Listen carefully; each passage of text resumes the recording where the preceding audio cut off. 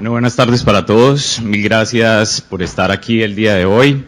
Gracias, Rocol, por la oportunidad de hablar el día de hoy de braquiterapia, un cambio de frente completamente a lo que hemos hablado todo el día. Y definitivamente también es quizás otro chip que quisiéramos volver a introducir dentro de nuestra sociedad. Entonces, definitivamente la dificultad no radica en desarrollar ideas nuevas, sino en escapar de las ideas antiguas. Por tanto, el día de hoy vamos a hablar del valor de la braquiterapia en la era de la radioterapia externa avanzada y cómo empezamos a acuñar un concepto sobre la radioterapia intervencionista. Son mis conflictos de interés. Esta presentación fue realizada por mí y refleja mis propias opiniones y no necesariamente la de las compañías que aquí figuran. Es importante saber cómo iniciamos, ¿cierto? Y tener en cuenta a nuestros mentores, que son los que nos han ayudado a estar aquí el día de hoy.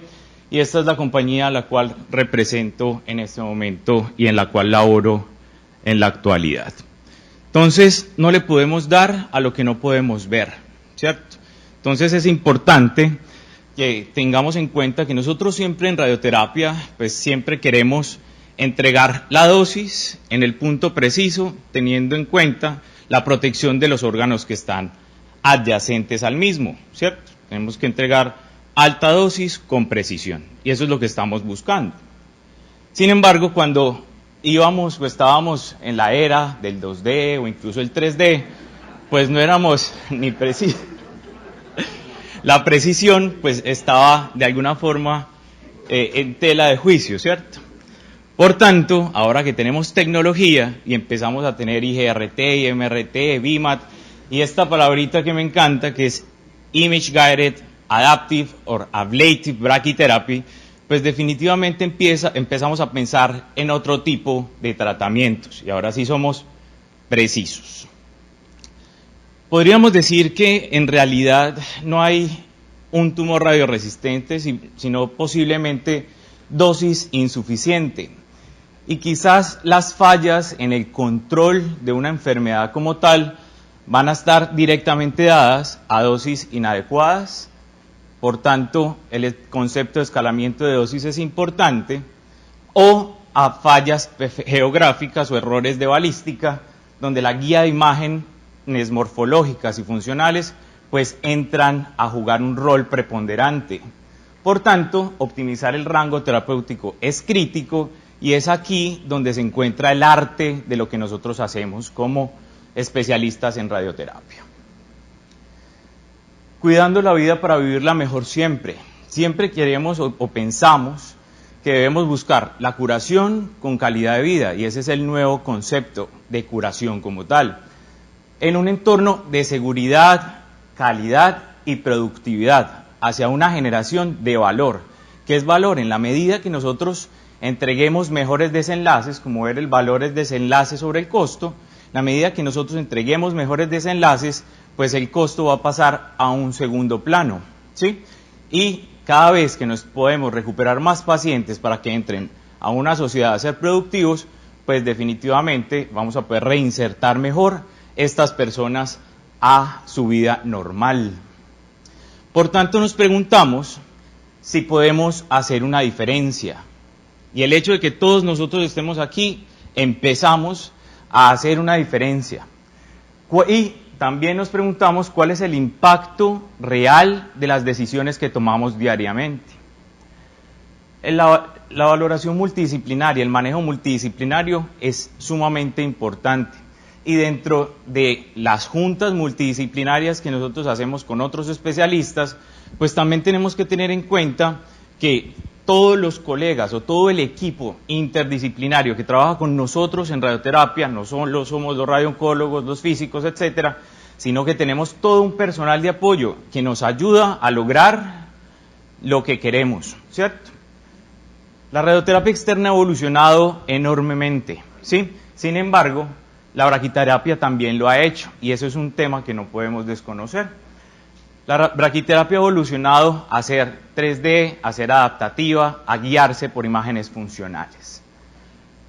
Dentro de la evolución tecnológica, pues vemos que cada vez que nosotros estamos entregando un tratamiento de mayor tecnología, pues las dosis nos permitimos adaptar las dosis a la morfología específica del tumor, protegiendo los órganos adyacentes, ¿cierto? Permitiéndonos alto control de la enfermedad, mayor calidad de vida y menores efectos secundarios, que eso es lo que realmente queremos. La cirugía es muy buena erradicando enfermedad macroscópica, pero falla en la eliminación de la enfermedad microscópica. La radioterapia externa, con las dosis convencionales que estábamos acostumbrados a dar, pues es buena erradicando enfermedad microscópica, pero relativamente mala en la enfermedad macro, bulky, ¿cierto? Cuando hacemos combinaciones de radioterapia externa más braquiterapia, pues tenemos el mejor de los dos mundos, porque la braquiterapia nos permite hacer un escalamiento de dosis focalizado muy intenso. Cuando empezamos a pensar cómo es el flujograma que yo tengo que tener para decir que voy a hacer un tratamiento curativo con radiación, pues tenemos en cuenta cuál es la dosis que ese paciente necesita para poder destruir el tumor como tal, dónde está la localización de ese tumor y cuál es la tolerancia real que tienen los diferentes órganos que están alrededor. Por tanto, aquí empieza el concepto de escalamiento de dosis y la braquiterapia definitivamente es la técnica de radioterapia que más dosis puede entregar de manera focalizada. Por tanto, entonces, vemos que la braquiterapia hace parte, como piedra angular, de un tratamiento de cáncer, ¿cierto? Entregándose como modalidad única en combinación con radioterapia externa y quimio en combinación con cirugía. Por tanto, vemos esto como medicina de precisión en radioterapia. Entonces, hay evidencia clínica de primer nivel que demuestra que la braquiterapia mejora la supervivencia e incrementa la calidad de vida de los pacientes. Es la más ultraconformada, escalable y personalizada forma de administración de radiación. Cuando hacemos un caso de negocio para hablar de braquiterapia, entonces pensamos que el hecho o ese caso de negocio que vamos a implementar lo pensamos meramente o puramente en ginecología, ¿cierto? Va a tratar cérvix, va a tratar endometrio, una que otra vagina y vulva. Sin embargo, la cartera de servicios va mucho más allá de solamente ginecología. Sabemos los diferentes tipos de aplicación, ya sean intraluminales, intracavitarias, intersticiales, de superficie. Y aquí empezamos a ver cómo empezamos en el desarrollo de toda esta actividad. En ginecología, la braquiterapia mejora la sobrevida. En Estados Unidos, por el detrimento o la disminución de la aplicabilidad de este tratamiento, se ha perdido un 13% de sobrevida global, no es PFS, sobrevida global. ¿Sí? ¿Cuántas moléculas sistémicas son aprobadas con PFS? ¿Cuántas moléculas sistémicas se aprueban con sobrevidas globales? Ahí les dejo la inquietud. Cuando vemos los resultados de que el boost se debe hacer con braquiterapia y no con radiocirugía porque impacta directamente la sobrevida de los pacientes. Estadios clínicos 3, una elevación del 25% en la sobrevida global haciendo boost con braquiterapia. Recientemente, hace 2 meses, salieron los criterios o indicadores de calidad de un tratamiento óptimo de cáncer de cérvix. Y en estos criterios se demuestra cómo la braquiterapia no debe ser reemplazada por ninguna modalidad de radioterapia externa. E incluso en el resultado de estos indicadores de calidad muestran cómo el tratamiento híbrido con braquiterapia intracavitaria más intersticial debería realizarse en al menos el 40 al 60% de los pacientes que tratamos con cáncer de cérvix para permitir escalamiento de dosis. Aquí también teníamos una discusión en Twitter recientemente respecto a que supuestamente la dosis no era importante en cáncer de cérvix. Tenemos estudios de años, como es el protocolo Embrace, que nos ha enseñado que aquí la dosis importa, e importa tanto que está directamente relacionada al volumen residual de la radioterapia externa. vemos que en la medida que yo tenga mayor volumen residual, yo voy a necesitar dosis más altas para poder buscar control local de esa enfermedad.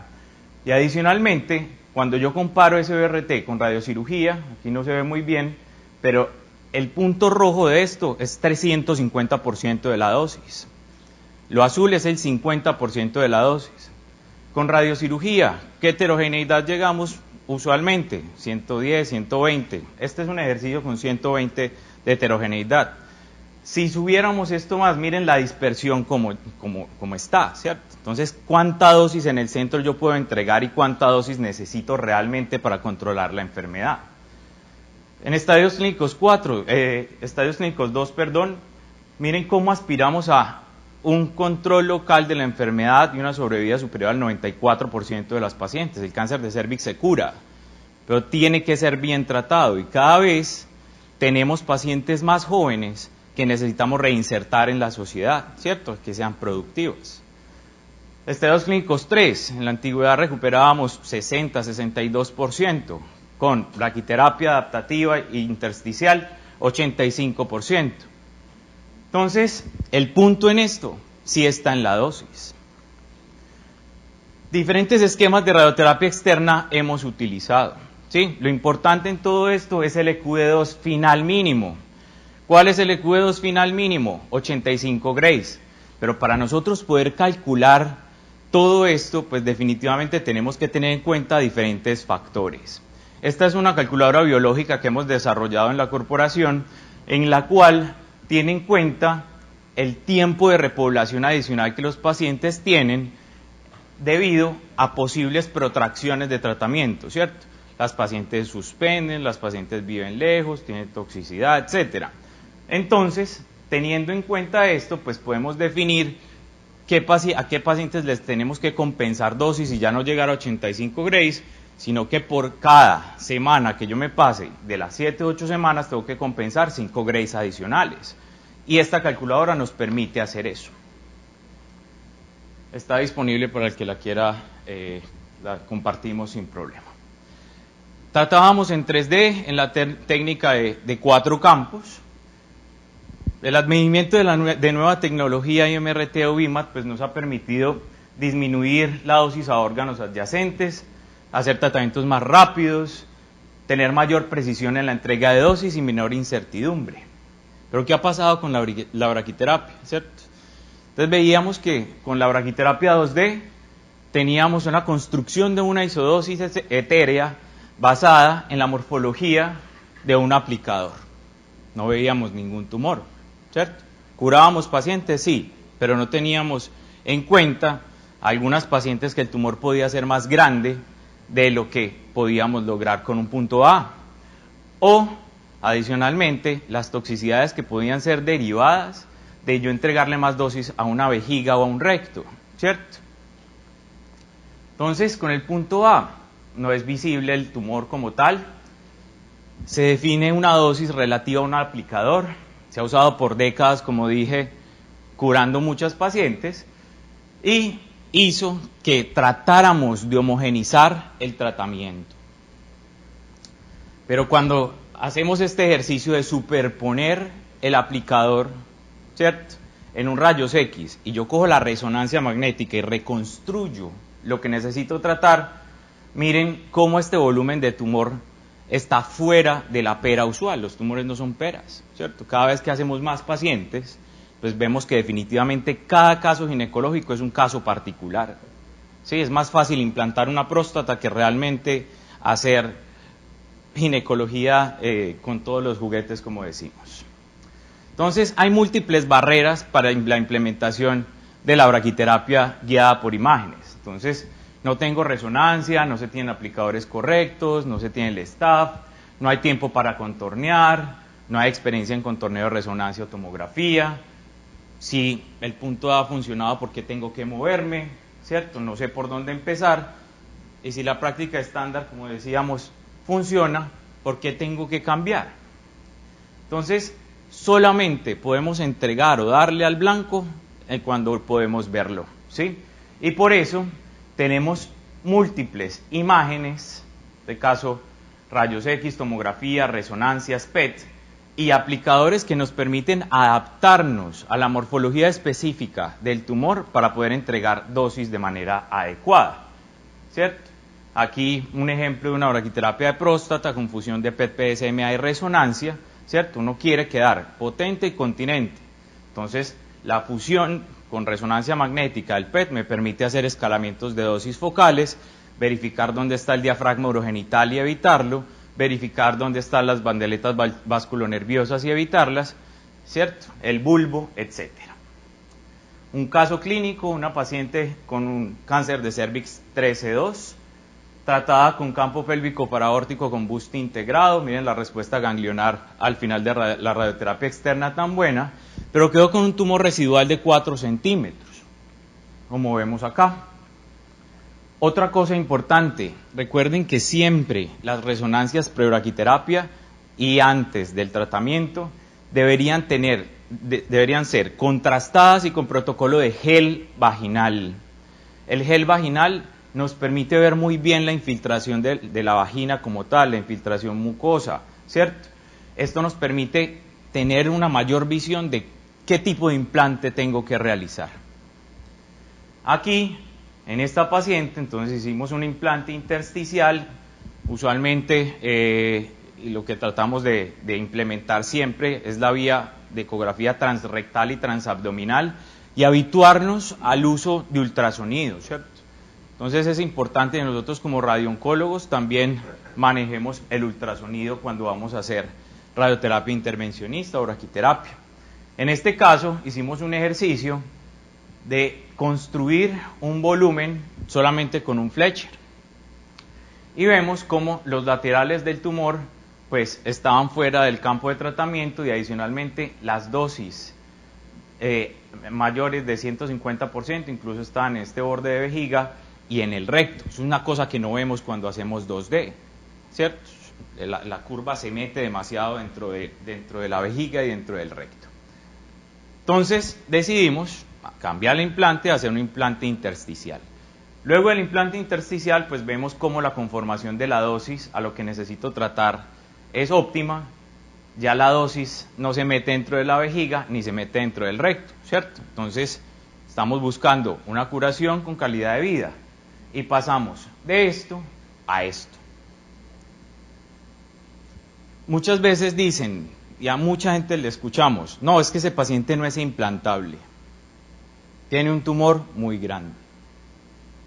Sin embargo, pocas cosas, Javi está conmigo en este momento, pocas cosas son no implantables, solo que hay que tener creatividad para poderlas implantar. Esta paciente tenía un tumor en el cérvix, comprometía el canal vaginal, se salía la vulva, etc. Y vean, haciendo un implante que no es pequeño, logramos control de la enfermedad a los 3 meses, en este momento lleva 1 año en seguimiento. Esta paciente, un tumor considerable, resonancia magnética pre-braquiterapia, tumor residual de mayor a 30 centímetros cúbicos. ¿Cómo definimos qué va intersticial y qué va intracavitario? Punto de corte son 30 centímetros cúbicos. Si después de la radioterapia externa el tumor residual mide más de 30 centímetros cúbicos, eso no le va a caber en una pera nunca. Entonces, estos pacientes van a braquiterapia adaptativa intersticial. Vean el control de la enfermedad año post-tratamiento. Próstata. Tendemos a compararnos con radiocirugía. Entonces, no le hago una radiocirugía, no le hago una braquiterapia, ¿cierto? Y pensamos en temas competitivos. Cada tipo de técnica tiene sus características individuales y sus flujos de trabajo determinados. En braquiterapia, pues tenemos en cuenta, obviamente es un procedimiento mínimamente invasivo, pero importante tener en cuenta siempre el tema del contorneo funcional, ¿sí?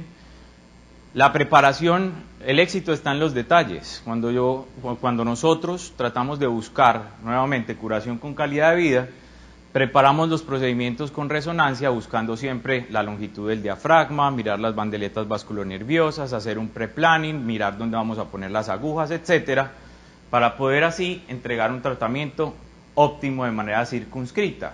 Y si yo comparo la dosimetría de una braquiterapia versus una radioterapia externa o una radiocirugía en este caso, pues obviamente la SBRT tiene una mayor dispersión.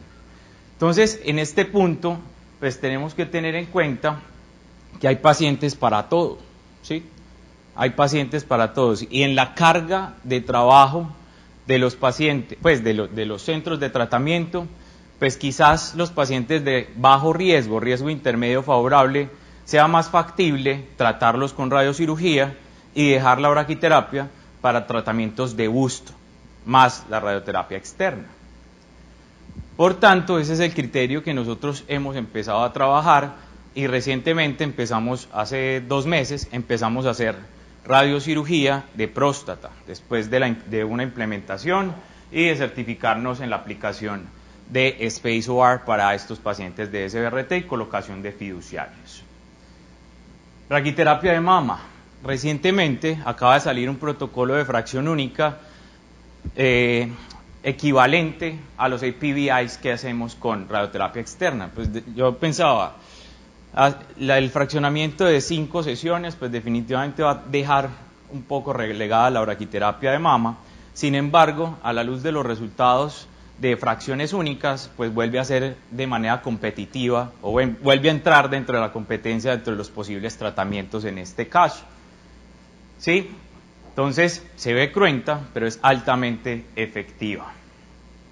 Este término, la radiocirugía ablativa o estereotáctica corporal ablativa, pues vamos a empezar a acuñar el término de braquiterapia ablativa, ¿cierto? Y aquí, ¿qué estamos buscando? Una entrega precisa y focalizada de radiación. ¿Qué hace posible esto? Esto no es una máquina, una técnica o una modalidad. Es un trabajo en equipo coordinado de alta precisión, que requiere un enfoque riguroso en todo el flujo de trabajo que estamos teniendo. Y adicionalmente, que es lo más importante de todo, un recurso humano entrenado y competente en una cultura de seguridad. Este caso, un paciente con un hepatocarcinoma, con 3 lesiones en los segmentos 4, 4A y 7, 2 de ellos medían más de 4 centímetros, el otro 3. Entonces, cuando estamos en los comités de tumores de digestivo, uno dice, bueno, ¿qué tipos de manejo puedo hacer yo en un paciente con hepatocarcinoma? Y realmente la cartera de servicios para tratar enfermedad hepática es gigante, ¿cierto? Pero ¿cómo empezamos a segmentar qué paciente va a qué, ¿cierto? Uno va a pelear con el intervencionista que hace microondas, o con el intervencionista que hace radiofrecuencia, o que hace TACE, o TAR, etc. Desde nuestra especialidad tenemos la braquiterapia y tenemos la radiocirugía. ¿Quiénes habían escuchado hablar de braquiterapia hepática? Entonces, de aquí, cuando empezamos a ver los resultados de los estudios en equivalencia de control local y sobrevida, ambos tratamientos, ya sea braquiterapia o radiocirugía, son resultados altamente competitivos en términos de control local y sobrevida, incluso mejores que el resto de tratamientos, pero poco lo hablamos. Esta paciente la tratamos con radiocirugía hepática, las 3 lesiones, 700 centímetros cúbicos, 700 cc de hígado, menor de 15 Grays, cumplió las restricciones y todo bien. Luego, 6 meses después, regresa esta paciente con una nueva lesión. ¿Qué tenía cerquita? Asas intestinales, riñón, etc. Una lesión de 4 centímetros en el segmento 8. ¿Sí? Entonces nos preguntamos, bueno, ¿qué hago? ¿Cómo la trato? ¿Sí? Y de aquí empezamos a ver que no todo ocurre en el búnker. No todo ocurre en el búnker, o sea, de radioterapia externa, o en el búnker de braquiterapia. Aquí tenemos que empezar a pensar que vamos a buscar sitios de implante diferentes. Vamos al angiógrafo, vamos al tomógrafo, etc.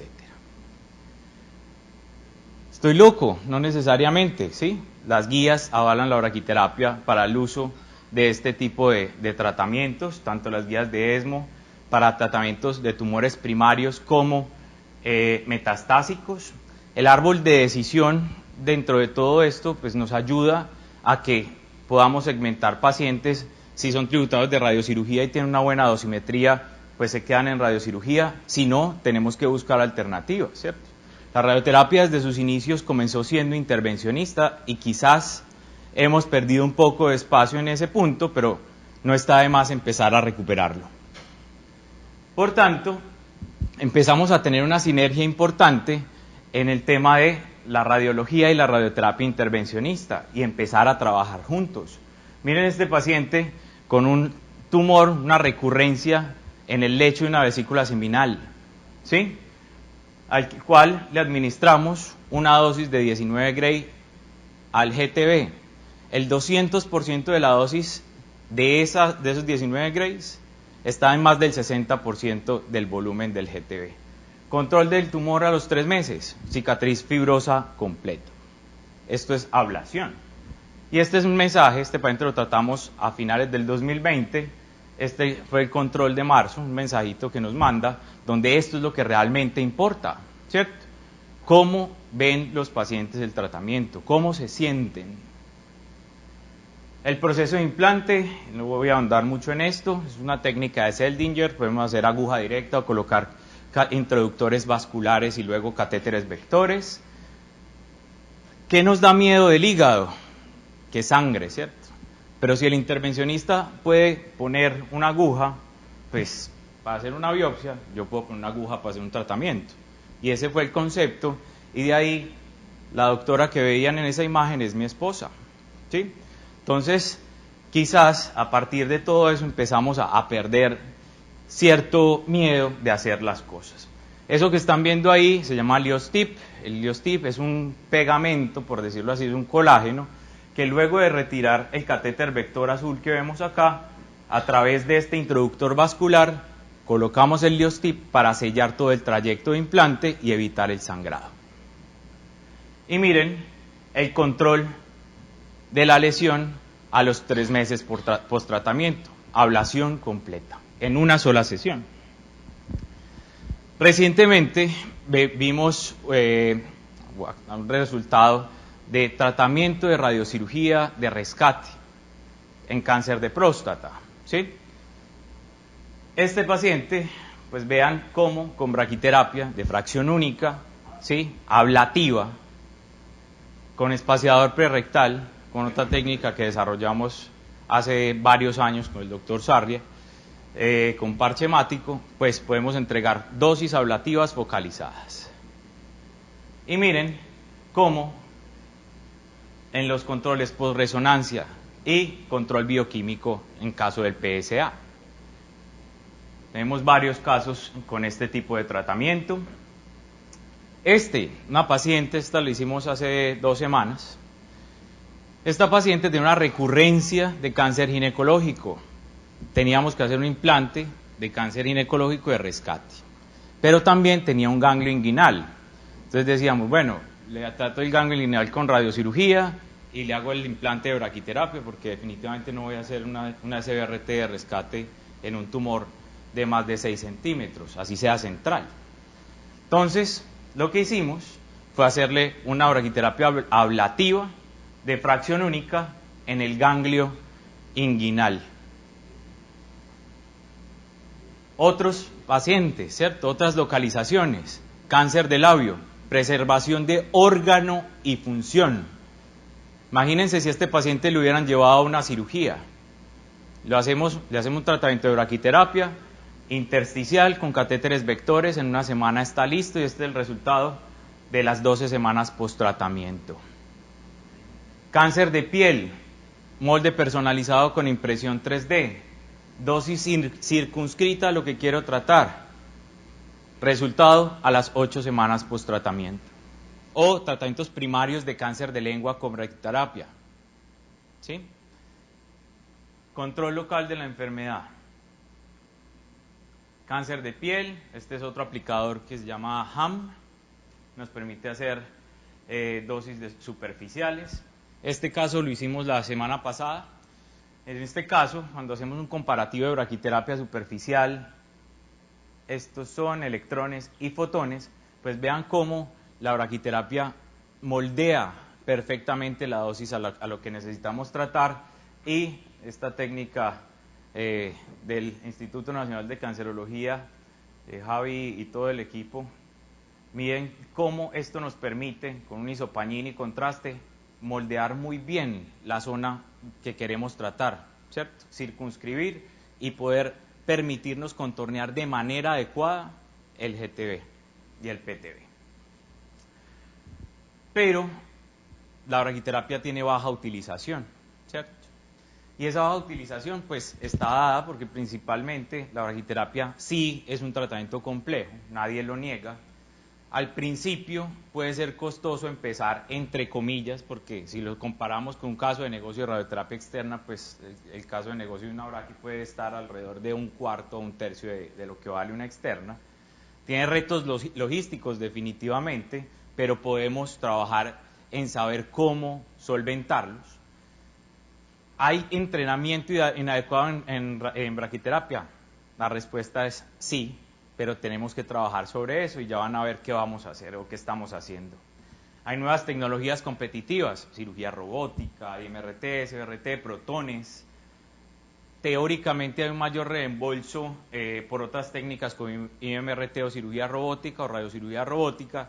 Sin embargo, con un adecuado trabajo con los pagadores y desde nuestro frente, ese reembolso ha mejorado bastante. Entonces, si quisieran ahondar un poco en cómo desarrollar un centro de braquiterapia de vanguardia, aquí está el link en nuestro canal de YouTube de Rayos contra Cáncer y de la Asociación Colombiana de Radioterapia. Sabemos que hay bajo entrenamiento, listo. Hay bajo entrenamiento. Los residentes no se exponen de manera óptima a hacer tratamientos de braquiterapia. El 30% de las clínicas solamente tiene braquiterapia dentro de sus instalaciones. Tenemos una obsolescencia tecnológica, necesitamos recambio de máquinas pronto. Si solamente invirtiéramos esta cifra, lograríamos recuperar más de 160.000 vidas que en 3 años nos darían más del doble de lo que invertimos. Esto es un trabajo que hemos realizado también en la institución junto con la Agencia Internacional de Energía Atómica. Recuerden que los casos de negocio de braquiterapia, el afterloader está para 10 a 15 años, pero los aplicadores para 3. Tengan en cuenta que cuando estamos haciendo o cuando estamos creando un centro de braquiterapia, no es véndame el paquete estándar, ¿cierto? Eso no existe. Tenemos que tener en cuenta cuál va a ser nuestra cartera de servicios y de ahí qué tratamientos queremos realizar para saber qué aplicadores vamos a pedir y no piensen que los que hacemos braquiterapia vemos la radioterapia externa así y que nos mantenemos pensando en una lucha continua de radiocirugía versus braquiterapia.